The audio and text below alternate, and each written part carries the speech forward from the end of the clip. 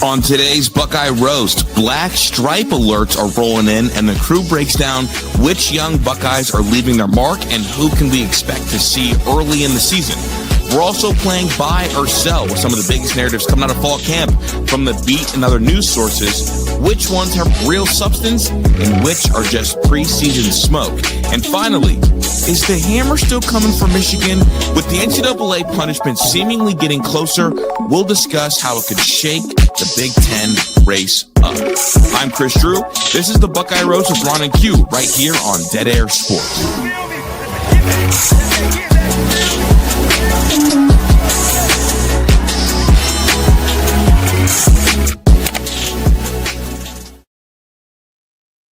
Good morning, good morning, good morning. We are back for another episode of the Buckeye Roast. It's your boy Ron James here with my guy QPK. Q, how you doing? It's a good day, man. Can't complain. Seeing some new renderings out there for college football. I'm just waiting for the day Ohio State brings it to me, man. Just give me a new stadium's going up in Hawaii. Oh, it's like a rendering of what? Yeah, just give me something, man. Just give me a new drawing, a stick figure. Just give me something, but nothing other to complain about. I have something for you, Q. Okay. Stat of the day. Since 2014, Ohio State is 32-1 in home openers, with the only loss coming in 2017 against Oklahoma. Flag on our field.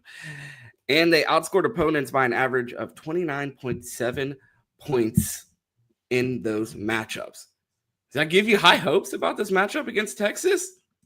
I mean, it does, man. It should be hard to win in the shoe. You feel like the energy is going to be there. Unfortunately, not a night game, but it sounds like Ohio State normally takes care of business. So you got to roll the odds on this one. Put it all on black, baby.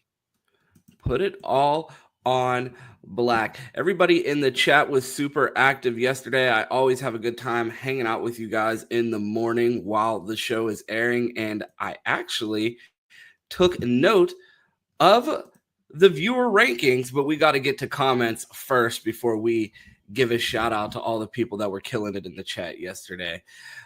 We will start with our guy, Matthew Peck.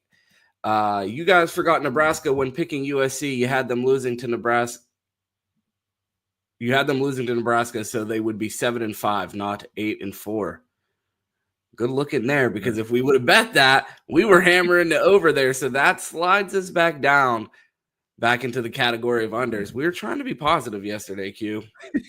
Well, one, and the graphics are a little hard to see when we're here recording it. You can see it big on your TV, but for us, it's like, who is that? So we tried.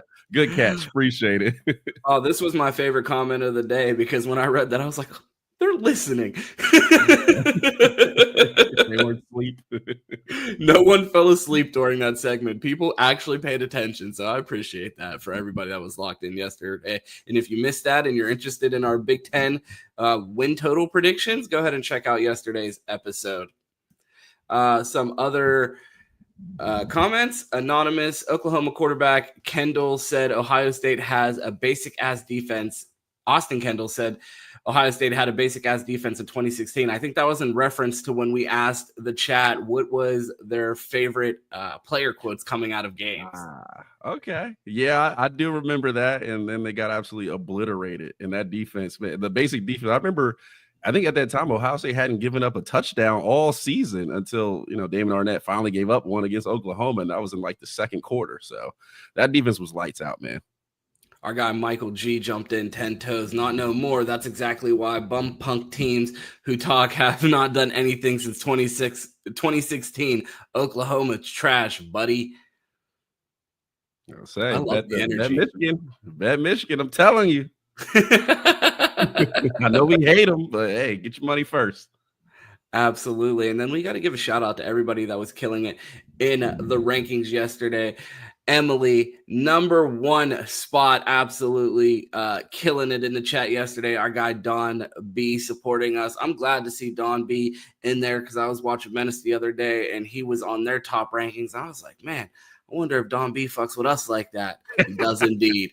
Asian Posh in at number 3. Shout out to Queen Doreen. Robert Howard, an OG in the chat, in the live chat, in the comments. We appreciate you. And our guy, Adam Krause, coming in at number 5. A big shout out to you guys. We will be taking note of our top 5. I know our guy, Cleveland Mike, was number 6. I got to give him a shout out too, but we will be noting everybody who's in the chat in the morning. So if you can, catch us live, tune in at 8 a.m. When the show airs and hang out in the chat with everybody else. It's a great time. Q, we got a big show today. All right, let's get to the music, baby. Let's go.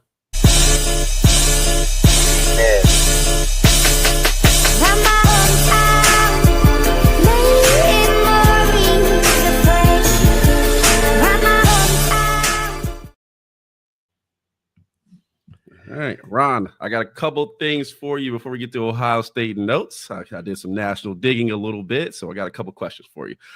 First thing up, starting with the Heisman odds. So looking here right now, Ron, so get your quarters together. Right now, you have Arch at plus 600. You got Cade Klubnik at plus 1,600. I know you're betting JJ, so I don't even know why I say get your quarters together because they're already spent. But he is at plus 1,000 right now, and Sam Levette at plus 2,000. Heisman odds. Do you like where they're at? Do you think somebody should be higher, lower? What do you think about the Heisman odds so far? Well, it's funny that you bring up JJ. I am getting so drunk off of the Buckeye Kool-Aid right now. And I would, if I were betting on Heisman odds and I was looking for value, I would be betting on Julian Sayin before they announce the quarterback. It's the best money that you're going to get on betting Julian Sayin. The second that he gets named the starter, the odds are going to go down. Why not grab it now? I think that's your best value pick. You don't see wide receivers win it that often. We've been on a little bit of a quarterback drought the past 5 years. Why not? It's hard with as many wide receivers as you have to really give all the credit to a single wide receiver at Ohio State. Who knows? Is this the Julian Sayin year? We watched C.J. Stroud not have a defense and get robbed of a potential Heisman run 2 years in a row. I think Julian Sayin's not going to have that problem with this defense. I think that is your best bet as far as Heisman odds right now. You bring up an interesting point, and you went right where I wanted you to. So we look at these Heisman odds. 3 of the 4 players are quarterbacks, one being Arch, who hasn't really touched the field in crucial games other than the second against Georgia and the second against Ohio State, which both left him feeling a little dizzy. So I want to ask this. Do you have beef with how the Heisman Award is given out? I mean, we talk about Jeremiah Smith is by far and away probably the best offensive player in college football, and he is kind of a long shot. It's if this goes right, and if this goes right, he may win instead of he's just the best player and he should win this award. Also, you got guys out there like Peter Woods on the defensive line. You got Jeremiah Love over there at Notre Dame that definitely should ball out. There's a ton of great players in college football. Why is it always quarterbacks? Do you have this beef with it like I do? No. I mean, it's for the longest time, it was called a quarterback award, even though it's a running back. It seems like we're due. So I'm not surprised by this mass grouping of quarterbacks at the top of the odds. All right. Now let me ask you one question to follow that. Now this is if you could pick, and this is a little college football nationally, if you could pick one player in the country to add to Ohio State right now, who would that player be? You take any player off any team, throw him in the roster, and let's go. Who is that player for you?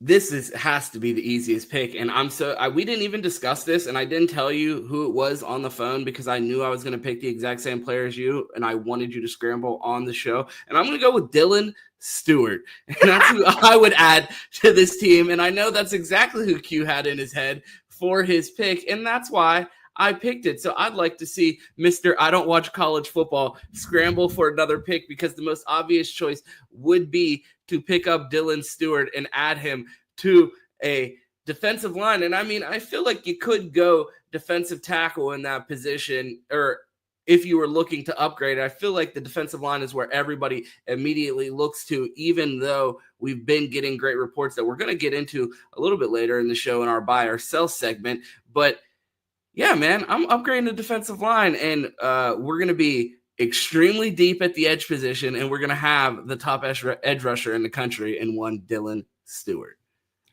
See, this is why I came with an A and B. If I had to pick one guy in the country, it'd be Peter Woods to make a tandem along with Cade McDonald and Edric Houston and have a dominant defensive line. But I bring that point up to say there's 3 quarterbacks at the top of the Heisman odds. We don't have a returning starter. We don't know what we're getting, and you didn't pick none of those guys to add to the squad. So that kind of tells you where the Heisman odds are in right now and who really should be at the top of those odds. Because I guarantee you, if you go around the country, a lot of teams' first pick is going to be Dylan Stewart. A lot of teams' first pick will be Peter Woods. You got Spencer Fano, the tackle out in Utah, who's getting high praise as a first-round pick next year.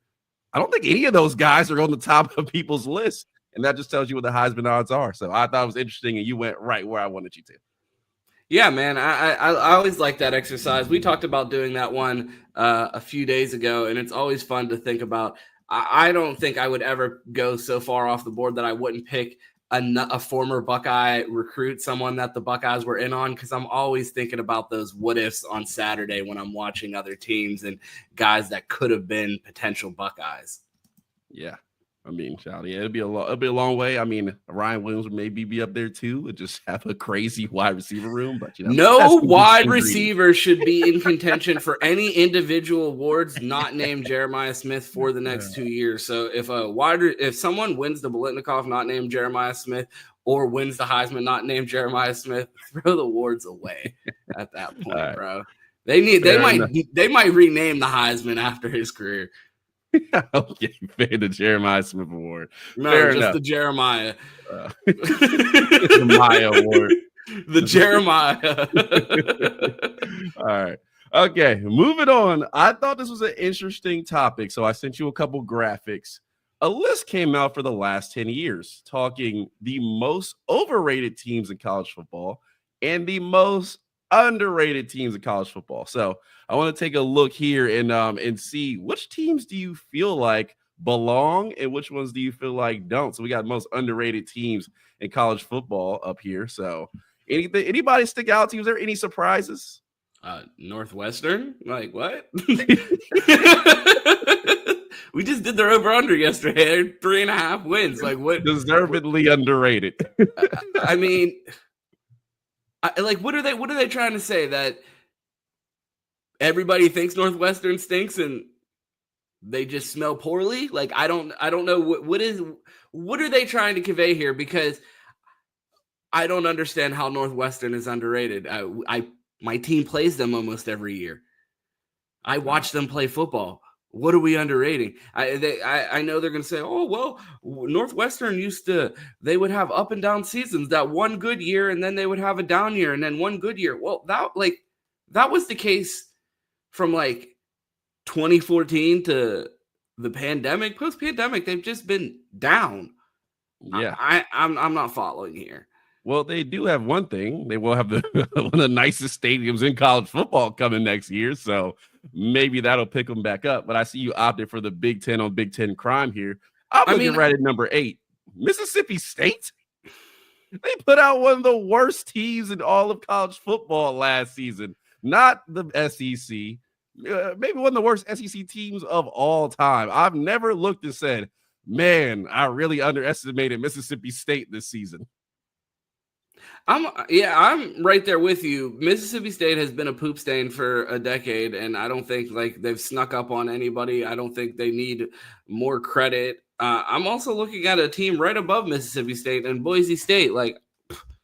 I think they should be on the overrated list, if you ask me, to be quite honest, because who have they beat? When's the last time they've competed for a championship?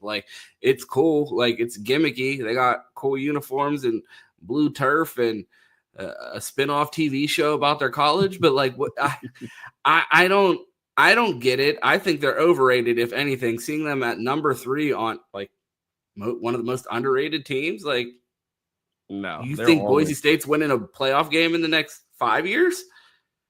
No, Boise State. Did they win any playoff games in the last 10 years? They wouldn't be in. They finally got in, and they ran into a jigsaw in Penn State. Yeah, I would definitely say they're talked about a lot. And I look at Missouri. That'll be my second squad on here. Missouri gets a lot of praise to finish 8th in the SEC. So I don't understand how they're underrated. If anything, they should flip to the overrated side. But I mean, Navy, there are some good teams in here. Arizona, I feel like a little underrated. Kentucky, team that's quietly underrated. They take the secondhand Ohio players that other teams don't get, but there's some credit in Cincinnati in here, which I'm proud of. Also, Army and Navy, way too low. Respect the troops. All right, so flipping over, let's go overrated because there's a team in here, if you want to go down the list, that we might talk about ever so often. I mean, I think 25 is not that bad. No, you know what I mean? Like, well, here's how like Ohio State centric my mind is. I was like, well, 25th, that means we're the least overrated out of everybody on this list. And they couldn't have a list without Ohio State on it. So I just assumed like everybody else is worse than us is the way I looked at it. Well, you make a point because Georgia and Bama are on here. I mean, how Miami is not one, especially given the last few years, is outlandish because they've been supremely overrated. Top 10 without beating anyone. But I look at this list and it's kind of an interesting list, actually. I mean, I look at it. Wait, who's that at 6? What is that logo? Oh, Florida State. Oh, okay. Who's the coach there? Yeah, Florida State should be lower on this list. They've earned their spot right next to Ohio State at 24. But I digress. I would say if I had to push somebody up, Texas most definitely is overrated because they come out one of the top teams in college football every year, despite losing to Maryland back to back. But we don't want to talk about that. I think what do you think the most disrespectful team on this list is? I mean, is North Carolina overrated? I mean, are they truly? I mean, Auburn. I mean, does anybody rate Auburn high, especially recently?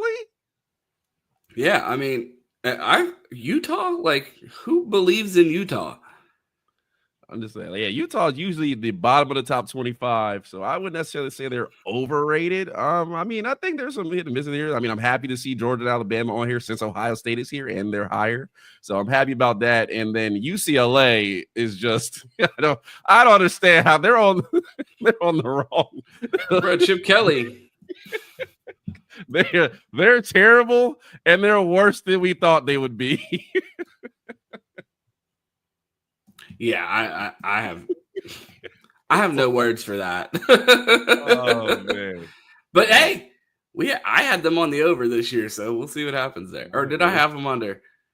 We'll see what happens. All right, Chad. Let me know who is your most underrated, overrated teams in the last. This is the last 10 years, so don't go Fordham, who was on the first college football poll in the top 25, and now is it irrelevant? give me your best ones. All right, Ron. Let's get to Ohio State stuff.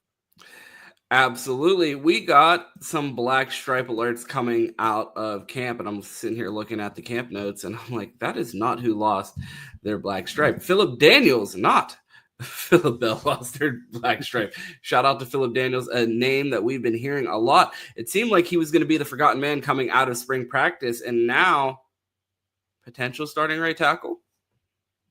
We will see. I mean, Philip Daniels, you've heard a lot of good things about him. He's definitely buzzing in the last couple of days.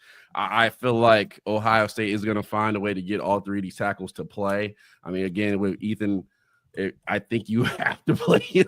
You sold the farm. No, stop this. Hey, man, money's got to be well spent here. We only got so much, Ron. You sold the farm. He's got to get somewhere. No, I think it's an intimidation factor. You know what I mean? Like, look, we got all this money on the sidelines chilling. Like, we got it like that. Like, we're going to park $1 million tackle right on the bench just so you can't have them because Texas wants to take 8 D tackles in the portal. That's fine. We'll park a tackle right on the bench.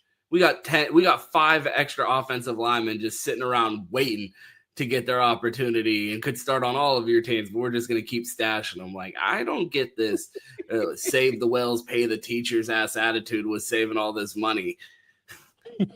Is that the new tactic in NIL? Buy the best player your opponent and just don't play them. We didn't really need you. We just want to play against you.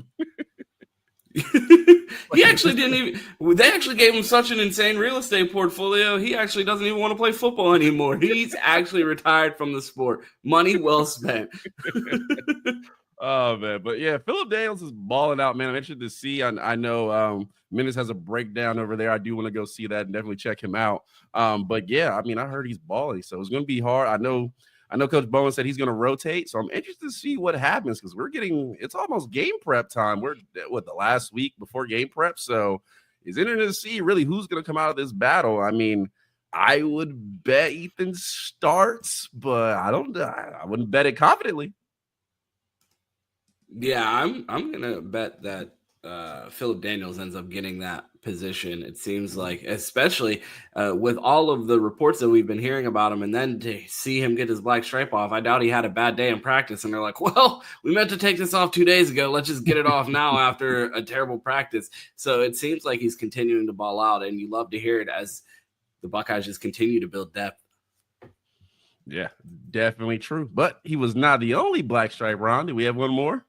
We did. Bo Agardsson, another transfer, loses his black stripe. Q, dare I ask, could the Buckeyes have gotten more athletic at the defensive end position this year?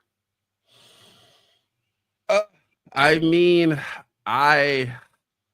I'm gonna say no. I'm gonna have to see. Now, my opinion of Jack Sawyer supremely changed from the first 2 years I saw him to the last year. Where I was like, "Yo, what happened to that guy I used to watch on high school film?"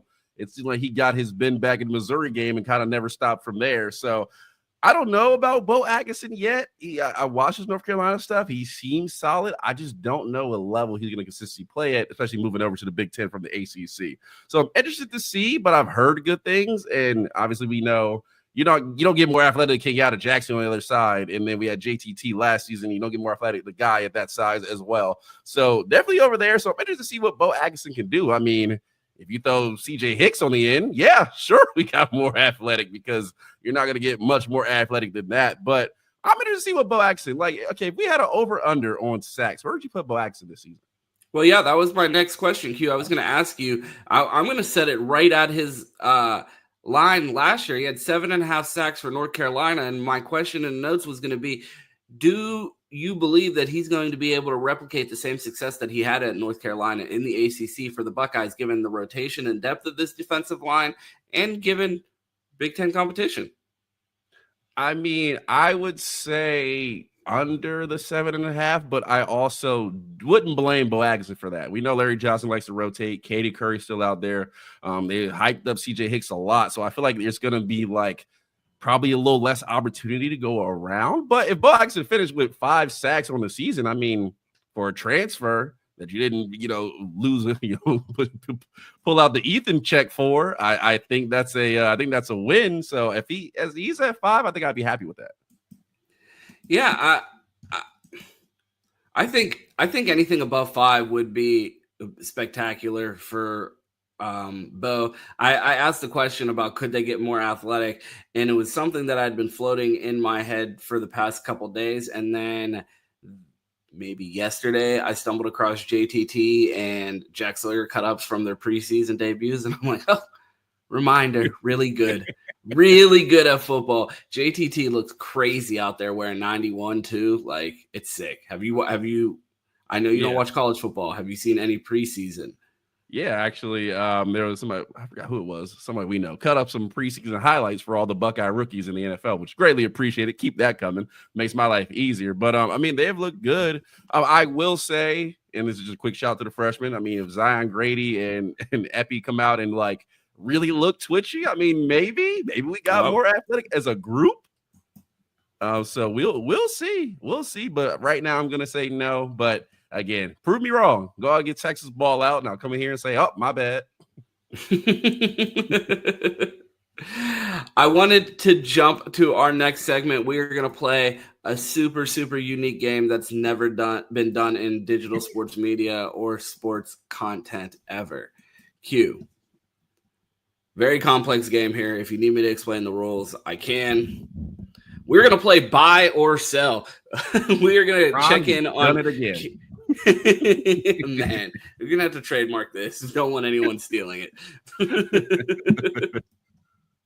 We're going to play a little buy or sell with camp storylines. It seems like Buckeye fans feel comfortable with who they believe the two deep is at this point, and they're ready to just play some football. They don't want any spin. They don't want to hear about battles. They don't want any narratives. They just want to see this team play. So I want to check in on some of these camp storylines with you, Q, and see if you're buying or selling some of these. The first one I wanted to start with is probably the most popular topic coming out of camp, and it's the idea of Caleb Downs playing nickel.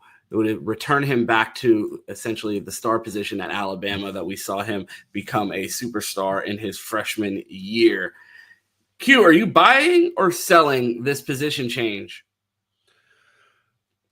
As a majority of primary position, I am selling. I think Caleb Downs will do a lot of what he did last season with a little bit of this nickel mixed in. I mean, he was the best post safety in America. I don't know why you would change that. I get you want to get the other safeties on the field, and if you could do that, it makes the defense more multiple. But I think with the corner depth and Lorenzo Styles coming back, I mean, obviously you hear the emergence of Bryce West, Devin Sanchez needs to play. That third corner position, it can be filled and filled pretty well by those guys. And are you taking one of them off the field primarily to put Caleb Downs there, moving him from his best position? I don't think you're going to do that. I think it's really going to depend who we're playing against and matchups. So I will sell it as a primary position and say I think the defense will be closer to what it was last year than Caleb Downs stepping out the post and playing up closer to the ball more of the time. I'm buying it. I feel like if Malik Hartford and Jalen McClain prove that they can be trusted by this coaching staff, I feel like this is where they want Caleb Downs to be, and feels like it gives the defense the opportunity to have their best 11 on the field. My question is, do they feel comfortable with the depth at safety to have all three of them on the field at the same time? Because then if one of them gets hurt, things get spooky. You're playing all three of them a lot of reps. That increases the risk. Do you try to mitigate that if you feel more comfortable with one of these nickel guys in a Lorenzo Styles, a Bryce West, getting those guys on the field more often? Because how confident are they in Leroy Roker and Fahim Delane right now, a true freshman? If they're confident in those guys and one of them needing to step up in that role, maybe they are more willing to play them. So I'm on the fence, but I'm buying it because it seems like that's where they want to go, and that's their ideal place for him right now. But it'll be interesting to see the snap distribution come week 1 against Texas. I mean, to your credit, it's nothing for them to go 3 safeties, and if they have some attrition, kind of revert back to what they're doing and say, very true. We're not 3 no more. We got 2. So guess what? Back to the original plan. well, throw the book out. We're back. So to your credit, I'm interested to see what happens against Texas. I'm expecting a little bit of both, but we'll see. Our next topic, Tywone Malone, is a name that we keep hearing, a guy that we've been high on since he transferred to Ohio State. Really haven't seen him get the opportunity to put it all together consistently. We've seen him flash in moments for the Buckeyes. Is this the year that Tywone Malone puts it together and asserts himself as a staple in the 2 deep and a relied upon person on this defensive line this year? God damn it, Ron. I hope so, because he don't got much time left. I think it's Tywone Malone is a super talented guy. I mean, I've been a fan of his since high school. And when he went to Ole Miss, I was pretty pissed. I was like, damn, this guy's right in our backyard, and we got a 300. You were like, you can play on my softball team if you want to. You got to do 300 pounds, freaky athletic down the street. You got to get him. You can't let him go to SEC. He walks his way back. I mean, I think it's important. I mean, there's not really a guy on the defensive line with his size. He is the 6'4", 320-pound freaky athletic guy. So I'm hopeful that he plays well this season. I'm looking forward to it. I mean, we lost Hero Canoe, so he's out the door. I mean, that opens the position. So Tywone Malone, by hook or by crook, it's his season. One day we're going to have ChatGPT like aggregate all of your distance references that you've given on this show and draw us a map of what Q thinks the United States looks like, because he just said that New Jersey is right down the road from Columbus. I don't know what road you're referring to.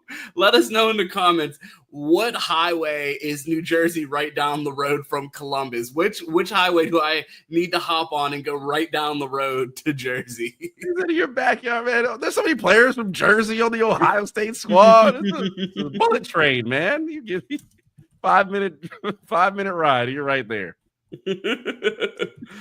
Oh man. So are you buying or selling? I'm buying. I have no choice but to buy because my hero new Bucks went out the window. So I'm buying this and I'm buying it heavy. Stamping it here. Tywone Malone breakout year. I mean, I guess I'm buying because shipping is cheap. It's right down the road, so I'm gonna buy this one too. I think Tywone Malone has taken that jump, and I do believe he will be one of the names consistently in that 4-man rotation at defensive tackle. The next thing I wanted to talk about, Chimity Chekwa was at practice 2 days ago and had a practice report. If you haven't checked that out, be sure to check it out. One of the big takeaways from the episode that I saw was they seem to indicate that this offense is pass happy. And that brings a smile to my face. I've been begging for the days of Dwayne Haskins throwing it 73 times. Just hopefully not losing to Rondell Moore when we do that. Or CJ Stroud throwing it 54 times, hopefully not losing to Oregon when we do that. But he also threw it 54 times against Nebraska that season, and we won that game. I do not want us throwing the ball all over the yard because our defense can't stop anybody. But it would be exciting to see the Buckeyes attempt to hang 100 every week because they feel like they have the best offense in the country. Q, does it make you nervous about the Buckeyes potentially being too pass happy this season? I mean, in a way, no, it really depends on how good Julian Sayin or Lincoln Keenholz is. I mean, you look at the wide receiver room, who wouldn't be pass happy throwing to those guys? I mean, you look all over the field, you got pros in waiting. So at the running back position, unproven. James Peoples, we will see what he does this season. I mean, you feel good about the offensive line, but you're like, if you're writing down the best playmakers on offense, I mean, Jeremiah Smith and Max Clare and Cardinal Tate got to be probably your top 3. So I'm not mad at it. Now, Brian Hartline allegedly got cussed out the other day for his play calling. So maybe he is a little bit too pass happy. We do need balance, and I feel like Ryan Day will help him get that. But if you're telling me the Buckeyes going to come out and really pressure teams and challenge those DBs, I wouldn't be mad at it as long as Tyler Bowen and squad, when they do run, are effective. Yeah, man, they got to find some sort of balance. I hope, as much as I love the pass, they're eventually going to have to find a balance. And that's why I'm not overly concerned about it because, like you said, we have Tyler Bowen and Ryan Day is going to be on the headset the entire time. So if he needs to take the reins, he will. But I'm excited, bro. If we go out there and throw the ball 40 times and run it 10, 15, a little crazy. Oh man, I'm gonna be cracking up. So I mean, I'm definitely buying the storyline that we are currently pass happy. I don't know if I'm buying it as a concept for the offense going forward. Yeah, that ended last week. Mother, run the ball, run the damn ball. You'll never hear me say that. Never hear me say that unless we're inside the 5. I'm not one yelling, run the ball. Another buy or sell question. A true freshman will crack the 2 deep at edge. You brought up Zion Grady and Epi Satanale earlier in the episode and the athleticism that they bring. I would imagine the 2 deep currently projects to be Kenyatta Jackson, Bo Agardsson, CJ Hicks, and Caden Curry. Could you see one of those freshmen passing any of those 4 names in snaps before the end of the season? It would take one of them being a lot better than I think they are currently, and one of those 4 at the top being a lot worse than I think they are currently. I don't think they pass those guys up. Caden Curry is not going to not play. So I think he's locked in. CJ Hicks is kind of the guy who it's like, and also we got was Logan, dude from Notre, was it Logan George? Logan George. Yeah. So I don't know where he mixes in this. I haven't heard his name a lot, but I think Caden Curry's locked in. I think CJ Hicks will get those reps. So I say, unless CJ Hicks is a lot worse than we think he could be at this position, I don't see them cracking it too deep. So I'm selling it. Yeah. When I wrote that question, I planned on buying it, but you've convinced me. That was a very good point. Exactly. I feel like with the reports that we've got out of camp, all four of those guys have really stepped their game up, and I think they have really cemented themselves in the rotation. I think it's going to take a big leap from one of those guys to pass one of them in snaps per game by the end of the season, but definitely be something to keep an eye on. Yeah, like Arvell Reese as well, like going to the edge. I just don't see where the snaps are for them to pass, because it's like, well, you bring in Zion Grady, let Arvell Reese rush the passer. Well, go ahead, 8, do what you do. Q, I think I may have some bad news. Do I got to take the glasses off? No, I'm keeping my hat on, so we're good. It's not that not that somber, not that serious. But for those who have been eagerly awaiting the hammer, a report from one Justin Spiro of, I don't even know who the hell he reports for, but the Michigan State troll on the timeline. Anybody who's been following this hammer saga knows that Spiro and Buckeye Scoop have been beating this drum for 2 years at this point now, that the hammer is coming. The hammer is coming. It's like Paul Revere. And Spiro recently did a space where he said, not so good news, saying Thamo will report the punishment later this week, and it will be a $14 million fine, will be the worst of it. The main punishment will fall squarely on Harbaugh and Stallion. Q, if the punishment is only a severe, I would imagine, lifetime ban for Jim Harbaugh and Connor Stallions and a $14 million fine, was justice served? I mean, that's like Ohio State blatantly cheating, and they're giving me and you a lifetime college football suspension. I don't know. What does that have to do with anything? Clearly, the Michigan University has to be responsible. And we go back, man. I just think about the punishment we got for getting a couple tattoos. $14 million is a penny in the bucket for them, and that's one quarterback. Yeah, that's one highly recruited freshman quarterback. So that may be worth something, but also too, Sherrod Moore not really getting torched like that, and just $14 million, no postseason ban. I mean, that's for cheating, blatantly stealing signals, recording other teams, being on the sideline during other teams' games. That's a little light. Yeah, man, I wanted to believe it. Well, no, I didn't want to believe it, but it's, if you were listening to Spiro say the hammer was coming this whole time, and then he says that it's not coming, it makes you wonder. But at the same time, like you said, we've watched the NCAA hammer people for far less. It just seems so unlikely that they would just come out and do nothing. And if they did, if that is the punishment, would you be upset? Or like, a lot of people are like, oh, there's going to be an epic meltdown on the timeline. I'm like, it may get 4 minutes on the show if nothing happens and we move on. Like, again, can't get caught up in all these nonsensical headlines week after week when we're about to play football. Like, I don't care about recruiting right now. I don't care about none of that shit. We are about to put on pads and play a game in 17 days. Come on now. I can't be caught up with NCAA scandals. But if they do get the hammer, I may put on MC Hammer pants and start dancing for y'all. I mean, if you look at it, I just don't know. Like, it feels like the NCAA has taken, I don't know, is it about money? Is it because do you really want to hammer Michigan and make them a bad team? I mean, that does affect your bottom dollar. It's one of the biggest programs in the country. I mean, I feel like if it was a smaller program, they would have blew it up, SMU style.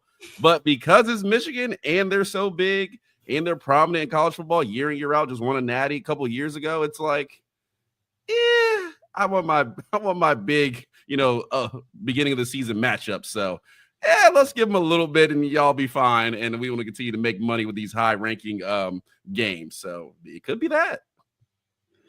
Yeah, I mean, if money is what makes this decision because too big to fail, is that what we're saying Michigan is these days? I mean, think about it. If it was Alabama or Georgia, do you think they would actually get a hammer?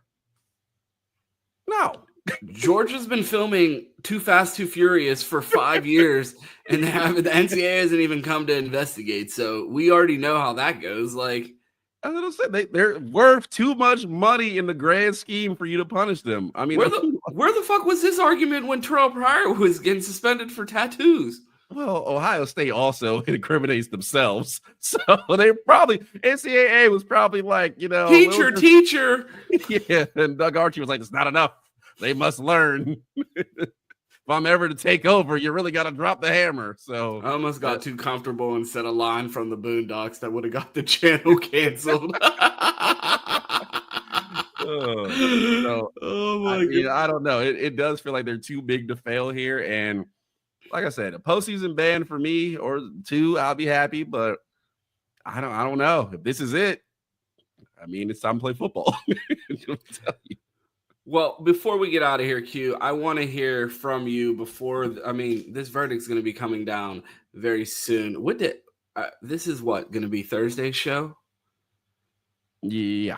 Yes, bro. That's how it's been quite the week. I'm getting ready to hit the road for a wedding in Columbus. Like, I'm swamped at work. We're back recording. Have other side projects going on.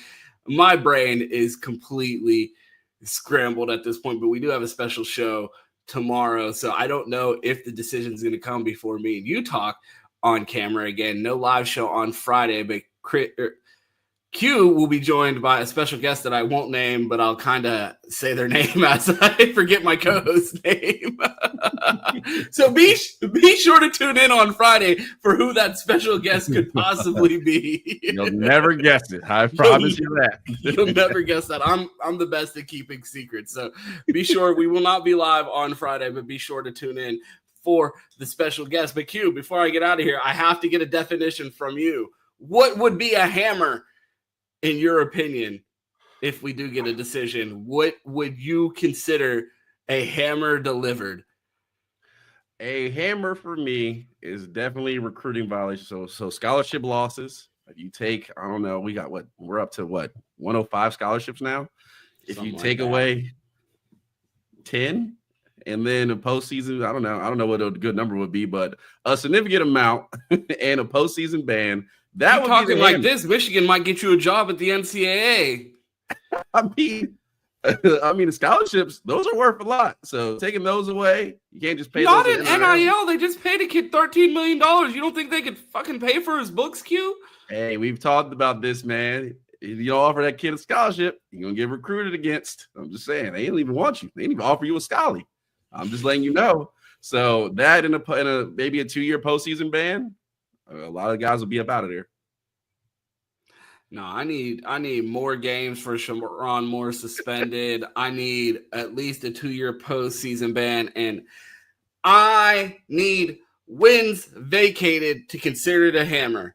Anything without wins being vacated is not a hammer, in my opinion. Ron, so y'all have to change your colors. That's the hammer. You can't wear blue anymore. Y'all gotta wear pink and purple for the next 5 years. You gotta swap uniforms with Northwestern State for the next 3 years. You can't wear Jordan. You gotta wear Russell. You guys have to wear Shaq spikes. Oh, that's a hammer. I'm about it. With Shaqs. What would be worse, wearing Shaq spikes or having to wear like Shaq fake Air Forces with your like warm-ups on the way into the stadium. Oh, Shaq spikes is egregious. On live TV, I can hide. I can wear baggy pants on the way in. There's no way you can hide your cleats on the field. He said they might think these are actually a fresh pair of ones. Oh, nah. A lot of all black cleats will be worn if they got to wear Shaq spikes. Q, when I was at practice, they were selling Rose Bowl Air Force Ones for $300.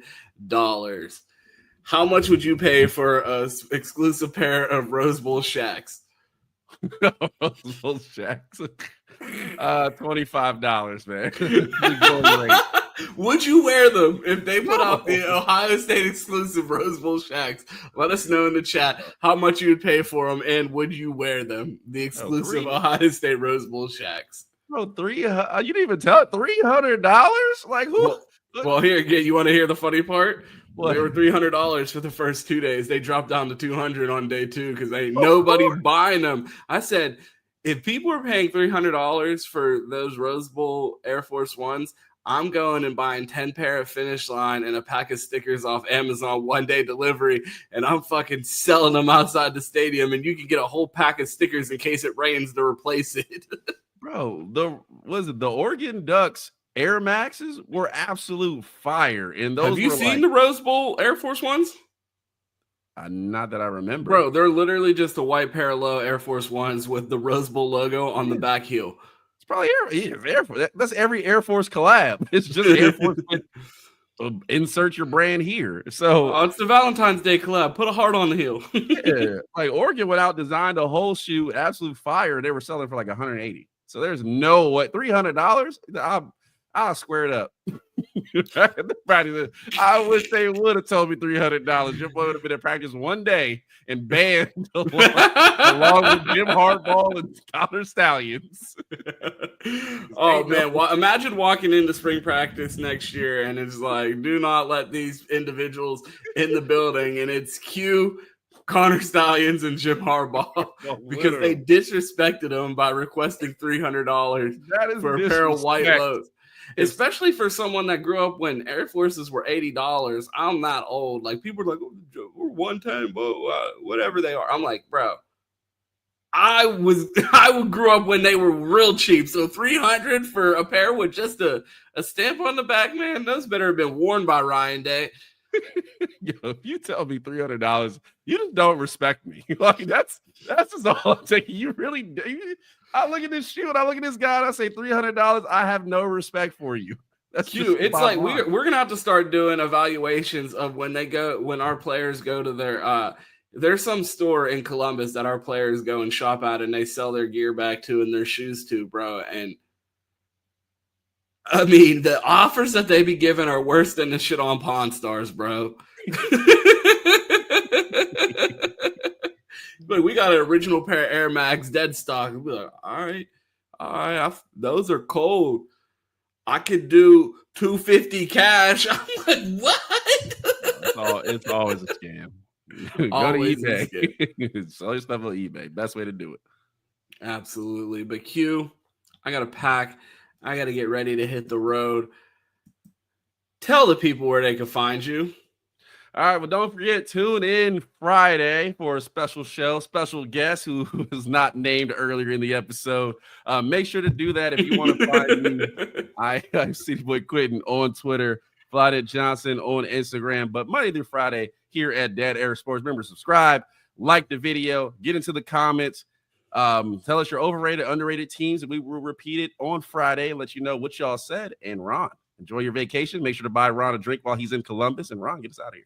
I'm not going on vacation, bro. I'm going to Columbus for a wedding. I got a whole itinerary. I'll be running around for 3 straight days. Take a picture with Ron. We'll put it on the show. Yeah, if you find me in Columbus and get a picture with me, we'll put it on the show. Keep a lookout. If you want to find me, you can find me in Columbus this weekend. Where's Waldo? I won't have the hat on. I'm going to make it a little bit more difficult. But if you want to find me, you can find me right here weekdays Monday through Friday for the Buckeye Roast right here with my guy Q on Dead Air Sports. Make sure you guys smash that like button if you want to find me. You can also find me on Twitter at 2Tees, 2_TEES. Q. On my secret TikTok last night, I posted a video before we started recording the show that was at 0 views. When we got off the channel, or when we got done recording the episode, it was at 40,000. That video currently sits at 330,000 views. Oh. We are 3,000 followers away from announcing that TikTok. But once we hit 10K, I will let you guys know where to find that. But for now, you're going to just have to tune in here on Dead Air Sports. We appreciate everybody tuning in. You guys know how this thing ends. It's always go Bucks. And of course, OH. Ayo.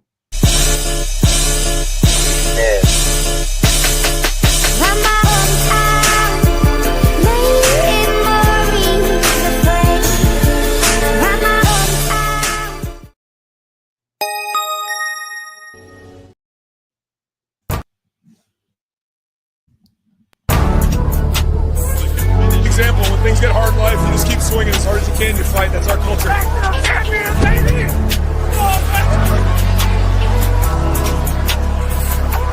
I promised you we had a plan. Remember that we talked about plan? The plan was infallible. Part of that infallible plan is getting a team prepared, ready to go, so we start practice. Our coaches know what we got. And there's not one person in America I trusted more than Coach Mick and that staff. Think about this. 130 teams either today they report or they've already reported. 130. 16 weeks from now, there's going to be one champion. One champion in our conference, one champion on the side of our conference. And in the country, one team's going to do this. Not 36, not 48, not 44, one. That tells you how hard it is to be a champion. To do right all the time. To know your assignments. To have 11 guys play hard on every snap. That's hard. That's why there's one. I want a hungry team. I want a hungry team. I want a team that can't wait to get out there. Where there's a bunch of players that maybe, whenever your new coaching staff, you haven't played much, maybe you're trying to make a name for yourself, you're a hungry football player. I want a hungry team. And last one, most importantly, I've got to coach a few of them. I want an angry team. I want a pissed off football team. I want a team that has a little chip on their shoulder. Maybe something's been taken from you. Maybe something hasn't. Maybe something's been taken from you. Are you a team that's going to go get it? You're the Ohio State Buckeyes. You're an angry football team. You got an angry staff. You got a bunch of guys that are getting ready to start a journey. We're starting that journey tomorrow at 5 a.m. You're a hungry football team, and I'm proud to be your coach.